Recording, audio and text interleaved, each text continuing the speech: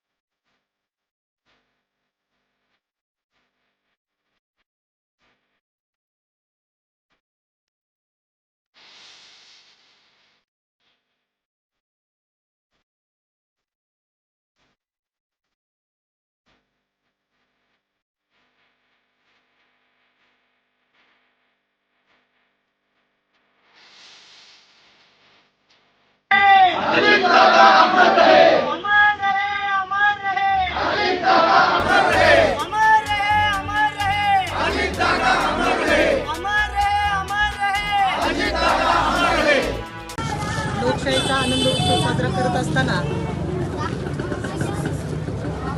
28 तारखेला 10 वाजता अशी एक बातमी ऐकायला मिळाली आणि त्या बातमीनं अवघं महाराष्ट्र पोरका झालेला आहे।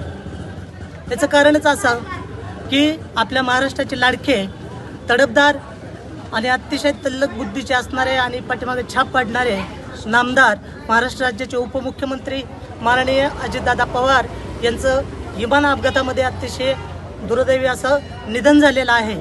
त्या संदर्भात आज आपण प्रतापसिंह नगर या ठिकाणी त्यांना भावपूर्ण श्रद्धांजली वाहण्याचा कार्यक्रम आयोजित केलेला आहे। आज ही वेळ तुमच्या आमच्यावरती इतक्या लवकर निसर्गाने आणली आणि आपण त्याचे साक्षीदार झालो। कदाचित ही वेळ ती नव्हतीच आणि त्याच्याही पलीकडे आज ज्यावेळेस अजितदादासारखं व्यक्तिमत्व महाराष्ट्राला हे निघून गेल्यानंतर समजलं, त्याच्यामुळं अतिशय दुःखद आणि कधीही न भरून निघणारी ही झीज अशी झालेली आहे।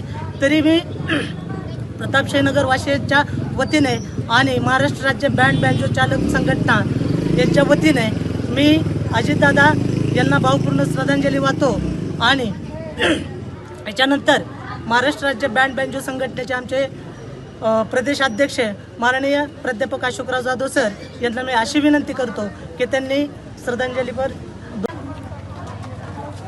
समस्त प्रतापसिंह नगरमधील महिला आणि बंधूंनो, परवा 2 दिवसापूर्वी या महाराष्ट्रावरती प्रचंड असा घाला घातला गेला आणि या प्रचंड अपघातामध्ये महाराष्ट्राचे उपमुख्यमंत्री नामदार अजितदादा पवार साहेब यांचं अपघाती निधन झालं। आता यांचं अपघाती निधन झाल्यामुळं संपूर्ण महाराष्ट्र हा पोरका झालेला आहे। पोरका या नात्यानं असं की दादा हा दादाच्या नावाप्रमाणेच दादा होता, कामाचा माणूस होता हा व्यक्ती सकाळी 6 वाजल्यापासून कामाला जी सुरुवात करायचा सामाजिक कारणामध्ये ते रात्री 1 वाजेपर्यंत 2 वाजेपर्यंत सामाजिक क्षेत्रामध्ये ते काम करत असायचे आणि हे काम करत असताना कसल्याही प्रकारची उसंत न घेता ते संपूर्ण राज्यभर जवळजवळ 5 वेळा उपमुख्यमंत्री हे पद भोगत असताना समाजाच्या चांगल्या कामासाठी ते काम करत राहिले आणि हे काम करत असताना त्यांनी सर्वार्थानं सर्व समाजाच्या सर्व समाज घटकांना चांगल्या पद्धतीचं त्यांनी योगदान दिलेलं आहे आणि ते योगदान दिलेल्यामुळं आज आपल्या सर्व घटकांचं चांगलं झालेलं आहे. परंतु हे होत असताना ही व्यक्ती अजूनही काही वर्ष या समाजकारणामध्ये राजकारणामध्ये जर राहिली असती तर आपल्याला एक महाराष्ट्राचं एक वेगळं चित्र आपल्याला दिसलं असतं. परंतु काय दैवामध्ये म्हणतात ना ते सुद्धा नशिबात असावं लागतं आणि आज परवाच्या दिवशी म्हणजे ज्या दिवशी मुंबईहून ते निघाले ते कुठे निघाले तर बारामतीला ह्या जिल्हा परिषद पंचायत समितीच्या निवडणुकाच्या संदर्भात प्रचार सभा घेण्यासाठी निघाले होते आणि ते येत असताना ही अशी घटना घडली. आता या ठिकाणी थोडक्यात मी जास्त काय सांगत नाही की हा जी व्यक्ती आजपर्यंत तुम्हाला थोडक्यात सांगतो आम्ही बँड कलाकाराचं आम्ही काम करतो. हे काम करत असताना आजपर्यंत माझ्या 50 वर्षाच्या 60 वर्षाच्या कालखंडामध्ये आम्ही राज्यकर्त्यांना आमच्या प्रश्नांच्या संदर्भात म्हटलं आमचे काय प्रश्न सोडवा परंतु कुणी सोडले नाहीत.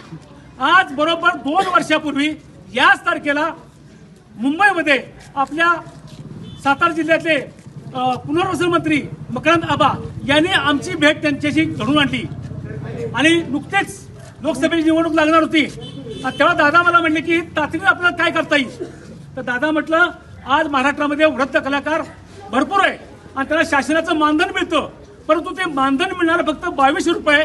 त्या 2200 रुपयामध्ये म्हातारे आणि म्हातारीचं काही सुद्धा भागणार नाही. मग अशा परिस्थितीमध्ये त्यांना काहीतरी आपलं केलं पाहिजे.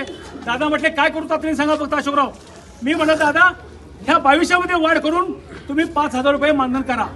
अक्षरशः 15 दिवसाच्या आत मंत्रिमंडळाच्या बैठकीमध्ये त्यांनी निर्णय घेतला आणि महाराष्ट्रामध्ये जेवढे वृद्ध कलाकार म्हणजे कलाकार मानधन घेतात त्यांना 5000 रुपये झालं.